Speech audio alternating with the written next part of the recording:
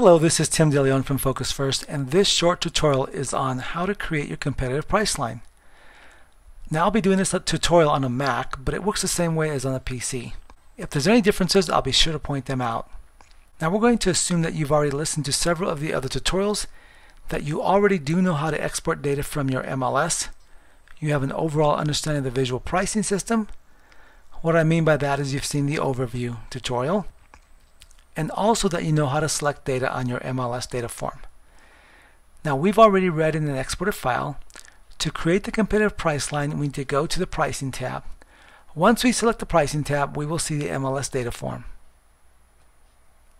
So as you're probably aware from watching the other videos, the competitive price line is not created automatically for you. So let's select data to put on our price line. As we showed in the selecting data on the MLS data form video, we'll just use the Select Price Line Data dialog box.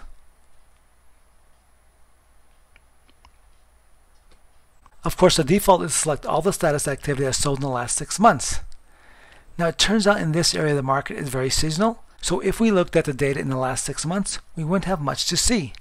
So for this example, we'll look at all the activity for the last year. And as you recall from the Selecting Data video, for the price line chart we want to select properties that are comparable in size.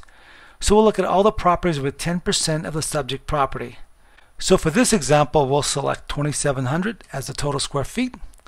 Once we do that, you can see the range of 2,430 to 2,970 is automatically placed in there for us. So let's select those properties.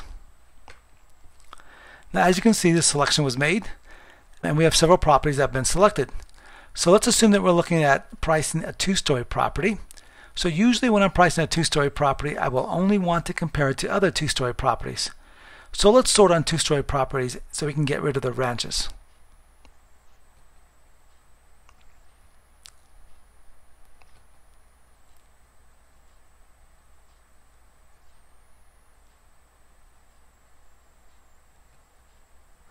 Again, I'm going through this pretty quickly since we did cover it in much more detail in the previous video. That's the selecting data from the MLS data form video.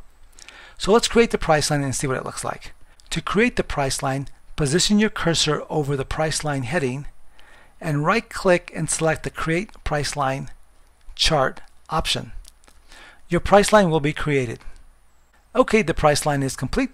Now to find the price line, we notice that there's a new tab below which is labeled Price Line. All we have to do is select that tab and we can take a look at the price line. Great, now we can look at the graph and we can see the titles at the very top, Competitive Price Line. We can also see that there's a subtitle down below showing the same information that we placed in there when we originally read in the exported data file and the dates of data that was collected. We can also see that there are 3 sections in our price line. This is the sold property. This is where all the sold properties are kept. Down below are the properties that are currently for sale. And if we scroll down a bit, we see all the properties that are withdrawn or expired. Each of the tick marks on the graph represents a property. Now if we go back to the sold property, each of these tick marks here represents a property that was sold. Notice that in this box it shows a price and the scale is shown below. So for this case, each of these tick marks represent $1,000 in price.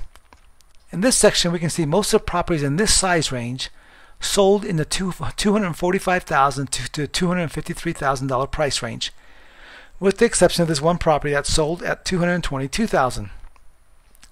That property is probably a distress sale, or maybe it needed some TLC. Now we'd have to verify that by looking at a detailed MLS sheet before we presented that to the customer.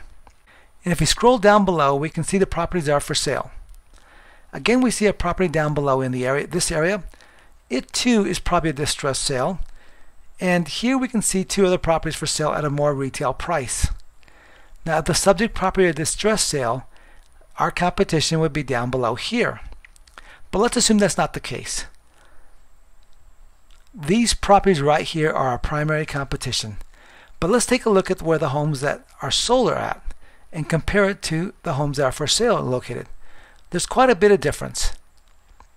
Homes are selling at a $250,000 price range, but they're listing in this area between the $270,000 to $275,000 range. Now let's take a look at the withdrawn property and see what that looks like. Here it is right here. Notice it's where the current properties are also priced at. So if we want to get this property sold, we would probably want to list below the competition. For this case, we may want to think about listing at the 260 price range or maybe 255 based on this withdrawn property right here. If we did list at 260, we would look like we're a pretty good deal compared to the competition. As you can see here, if we list at 260, you're going to look like the best deal in the neighborhood. So when you present this to the customer, we like to say, here are your neighbors, and here are your neighbors that are moved. Which do you prefer to be with? Thank you so much for watching this video.